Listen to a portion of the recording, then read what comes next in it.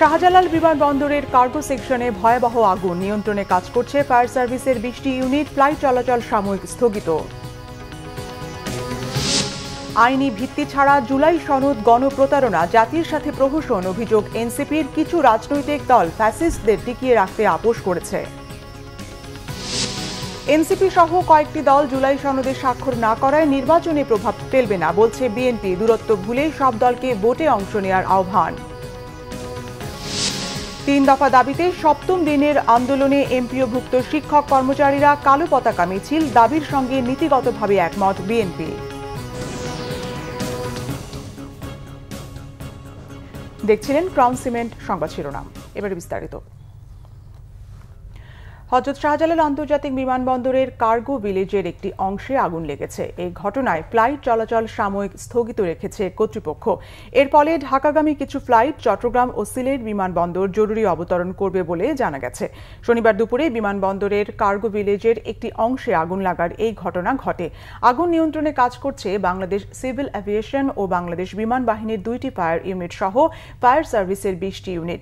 ঘটনাস্থলে যাচ্ছে আরও 13টি ইউনিট। এ বিষয়ে হযরত শাহজালাল আন্তর্জাতিক বিমানবন্দর কর্তৃপক্ষ জানিয়েছে, কার্গো ভিলেজের পাশে একটি অংশে অগ্নিকাণ্ডের ঘটনা ঘটেছে। আগুন নিয়ন্ত্রণে ফায়ার সার্ভিস, সিভিল এভিয়েশন, সেনা ও বিমান বাহিনী সহ বিমানবন্দরের দায়িত্বরতরা কাজ করছেন। এনসিপি নয়, জুলাই সনদে স্বাক্ষরকারী দলগুলোই গণ অভ্যুত্থান ও জনগণ থেকে ছিটকে পড়েছে বলে মন্তব্য করেছেন জাতীয় নাগরিক পার্টির আহ্বায়ক নাহিদ ইসলাম। শনিবার সকালে বাংলা মোটরের কেন্দ্রীয় কার্যালয়ে আয়োজিত এক সংবাদ সম্মেলনে এসব কথা বলেন তিনি। ঐকমত্য কমিশনের সঙ্গে আলোচনা চলবে জানিয়ে তিনি বলেন, জুলাই সনদ বাস্তবায়ন ও এর আইনি ভিত্তির বিষয়টি স্পষ্ট হলেই তাতে স্বাক্ষর করবে এনসিপি। এ সময় সনদ স্বাক্ষর অনুষ্ঠানে আহত জুলাই যোদ্ধাদের ফ্যাসিবাদের দোসর বলায় বিএনপির স্থায়ী কমিটির সদস্য সালাউদ্দিন আহমেদের বক্তব্য প্রত্যাহার করার আহ্বান জানায় নাহিদ।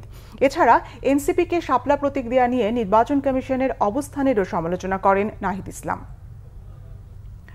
জুলাই সনদে কয়েকটি দল স্বাক্ষর না করায় জাতীয় নির্বাচনে কোনো প্রভাব ফেলবে না বলে জানিয়েছেন বিএনপির স্থায়ী কমিটির সদস্য সালাউদ্দিন আহমেদ। বলেন, গণতন্ত্রে সবাই একমত হবে বিষয়টি এমন নয়, ভিন্ন মতের সুযোগ আছে। জিয়া ফাউন্ডেশনের প্রতিষ্ঠাবার্ষিকী উপলক্ষে শহীদ জিয়ার সমাধিতে শ্রদ্ধা নিবেদন শেষে এমনটি জানান সালাউদ্দিন আহমেদ। বলেন, এনসিপি সহ 4টি বাম দল জুলাই স্বাক্ষর অনুষ্ঠানে যেতে পারেনি। স্বাক্ষর করার সুযোগ উন্মুক্ত আছে, আশা করি ভবিষ্যতে তারা স্বাক্ষর করবেন। এদিকে জুলাই সনদ স্বাক্ষর অনুষ্ঠানকে কেন্দ্র করে জুলাই যোদ্ধাদের ব্যানারে সন্ত্রাসীরা সুযোগ বুঝে ঝামেলা করেছে বলে অভিযোগ করেন সালাউদ্দিন। বলেন, জুলাই যোদ্ধা নামধারী ফ্যাসিস্টরা হামলা চালিয়েছে, সেখানে কোনো ছাত্র ছিল না।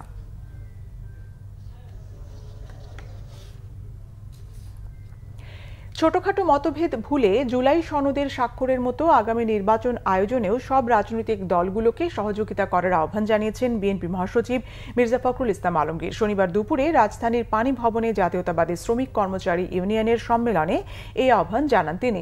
বলেন, আগামী নির্বাচন অত্যন্ত গুরুত্বপূর্ণ। এর মাধ্যমে নির্ধারণ হবে দেশ উদারপন্থী গণতন্ত্রের দিকে যাবে নাকি অন্য দিকে যাবে। সবাই দায়িত্বশীল আচরণ না করলে সংসদীয় গণতন্ত্র কাজ করবে না উল্লেখ করে মির্জা ফখরুল আরও জানান, 71কে দেশের মূল ভিত্তি হিসেবে দেখার বিকল্প কিছু নেই। বলেন, 50 বছর রাস্তায় থেকে লড়াই করেছি, এখন সময় এসেছে সবকিছুকে সংসদমুখী করার। সংসদকে কার্যকর করা গেলে রাস্তায় আন্দোলনের প্রয়োজন হবে না।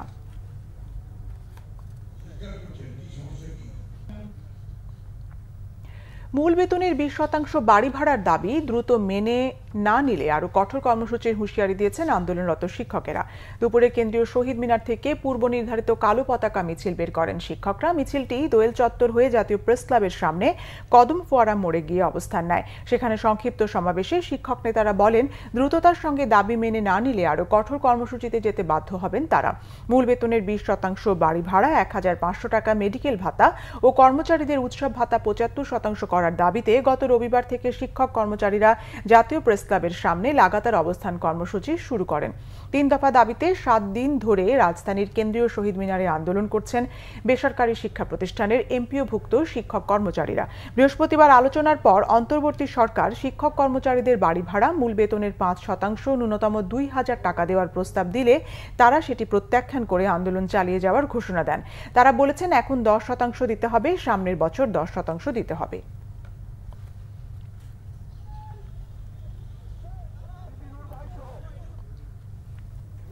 এদিকে বিএনপি মহাসচিব মির্জা ফখরুল ইসলাম আলমগীর বলেছেন, শিক্ষকদের ন্যায্য দাবির সাথে নীতিগতভাবে একমত বিএনপি। এক প্রেস বিজ্ঞপ্তিতে মির্জা ফখরুল ইসলাম আলমগীর বলেন, দেশের একটি দায়িত্বশীল রাজনৈতিক দল হিসেবে বিএনপি এবং দলের ভারপ্রাপ্ত চেয়ারম্যান তারেক রহমান শিক্ষকদের ন্যায্য দাবির সঙ্গে নীতিগতভাবে একমত। সর্বস্তরের শিক্ষকদের জন্য বিএনপির অগ্রাধিকার হল যুক্তিসঙ্গত আর্থিক সুবিধার নিশ্চয়তা সহ চাকরির নিরাপত্তা, শিক্ষকদের সর্বোচ্চ সামাজিক মর্যাদা, তাদের অবদানের রাষ্ট্রীয় স্বীকৃতি। জনগণের ভোটে বিএনপি ক্ষমতায় গেলে রাষ্ট্রের সামর্থ্য অনুযায়ী শিক্ষকদের আর্থিক নিরাপত্তা সহ পর্যায়ক্রমে জাতীয়করণের বিষয়টি ইতিবাচকভাবে বিবেচনা করবে। তবে শিক্ষকদের যুক্তিসঙ্গত আন্দোলনকে পুঁজি করে পতিত স্বৈরাচারের সহযোগীরা পরিকল্পিত বিশৃঙ্খলা সৃষ্টির মাধ্যমে দেশকে অস্থিতিশীল করে নির্বাচনের মাধ্যমে সুষ্ঠু গণতান্ত্রিক উত্তরণের কোনো প্রকার প্রতিবন্ধকতা সৃষ্টির অপচেষ্টা চালালে সেটি প্রতিহত করার ক্ষেত্রে বিএনপি কোনো নমনীয়তা প্রদর্শন করবে না। দর্শক, এই মুহূর্তে শাহজালাল বিমানবন্দরে রয়েছেন রিপোর্টার মোবাশ্বের আহমদ। সরাসরি যুক্ত হচ্ছি তার সঙ্গে।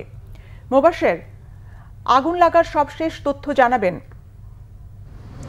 জি, আপনারা যেমনটা দেখছিলেন, আসলে আপনারা জানেন যে হযরত শাহজালাল আন্তর্জাতিক বিমানবন্দরে আজকে দুপুরে কিন্তু অগ্নিকাণ্ডের ঘটনা ঘটে এবং যেই জায়গাটিতে আগুন লাগে সেখানে কিন্তু আমদানিকৃত যে পণ্যগুলো থাকে সেগুলো কিন্তু মজুত করা হয়। এবং আরও একটি বিষয় যদি আমরা আপনাদেরকে বলে রাখতে চাই যে কিছুক্ষণ আগে কিন্তু এই অগ্নিকাণ্ডের কারণে হযরত শাহজালাল আন্তর্জাতিক বিমানবন্দরে কিন্তু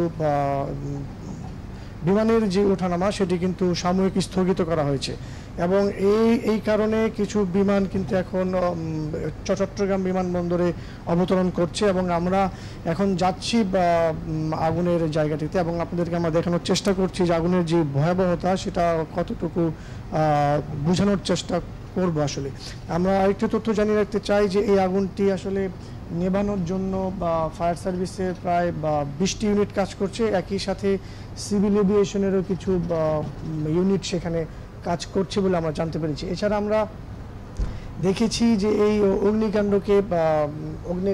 অগ্নিকাণ্ডকে কেন্দ্র করে এয়ারপোর্ট এলাকার যে স্বাভাবিক যান চলাচল সেটি কিন্তু কিছুটা ব্যাহত হচ্ছে, কারণ অনেক ফায়ার সার্ভিসের গাড়ি কিন্তু এখান দিয়ে যাচ্ছে এবং তাদেরকে দ্রুত যেন এরিয়ায় প্রবেশ করতে পারে সেটি কিন্তু সবাই এই বিষয়ে সাহায্য করছে। তো আপনাদেরকে আমি আরও যদি একটু কাছে থেকে দেখাতে চাই, সম্ভব হয় যে ধোঁয়া সেটি কিন্তু একদম যেখানে লেগেছে সেটা থেকে আরও উপরে, অর্থাৎ পুরো আপনি যদি কোনো দর্শকদের উদ্দেশ্যে যদি বলতে চাই, তারা যদি কোনো একটি বড় ভবনের উপরে যায় তারা কিন্তু এই ধোঁয়াটি দেখতে পারবে। অর্থাৎ আগুনের যে ভয়াবহতা সেটা কিন্তু মোটামুটি বলা যায় যে ভালো হয়েছে। তবে আমরা এখনও ক্ষয়ক্ষতির কোনো পরিমাণ সম্পর্কে আমরা জানতে পারিনি। ফায়ার সার্ভিস ইউনিট হয়তো বা তারা যখন আগুন নিয়ন্ত্রণে আনতে পারবে তখন হয়তো বা তারা ব্রিফ করবে, তারপরে আমরা হয়তো বা ক্ষয়ক্ষতি বা অন্যান্য যেসব সিদ্ধান্ত আছে সেই সিদ্ধান্তগুলো হয়তো আমরা জানাতে পারবো। তো এই মুহূর্তে আমরা সেখানে যাচ্ছি এবং সর্বশেষ যেটা বলা যায় যে বিমানের যে ওঠানামা হযরত শাহজালাল আন্তর্জাতিক বিমানবন্দরে সেটি কিন্তু স্থগিত রয়েছে। তো এই ছিল আসলে আমার কাছে এখন সর্বশেষ তথ্য।